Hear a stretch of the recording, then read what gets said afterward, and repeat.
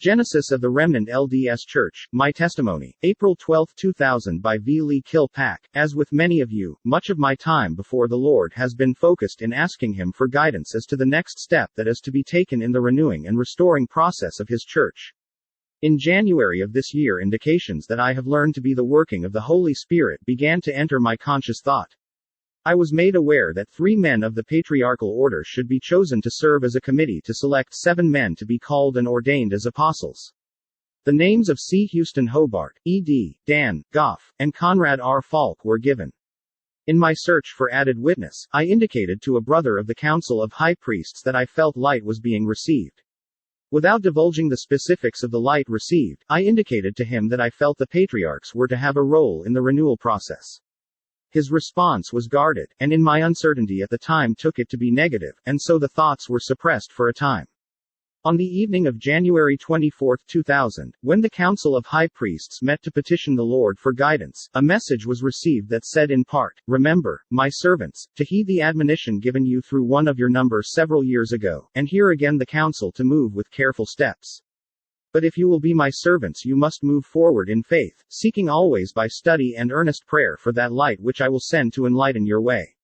And if you will endure patiently and resolutely the trials which in my love and wisdom I have allowed, and will continue to allow to test you and refine you, then my promises which have so long been prophesied shall be more speedily fulfilled." I had been undergoing a trial, and there was promised to me in that statement that the Lord would enlighten our minds if we were faithful.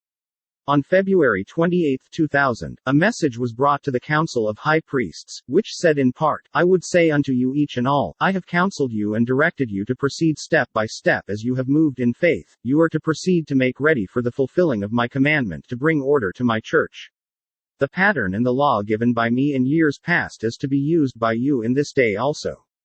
This was to me further intimation that the Lord was preparing us for further light. On March 12, 2000, I was awakened in the early hours of the morning with expressions of light, which I thought were to be given to the Center Place Prayer and Study Group that afternoon, but was not given. The undelivered message was as follows: "My sons and daughters, you stand at the threshold of a new day of opportunity to redeem my Zion. In but a few days, if you do not faint, my church will be renewed and restored.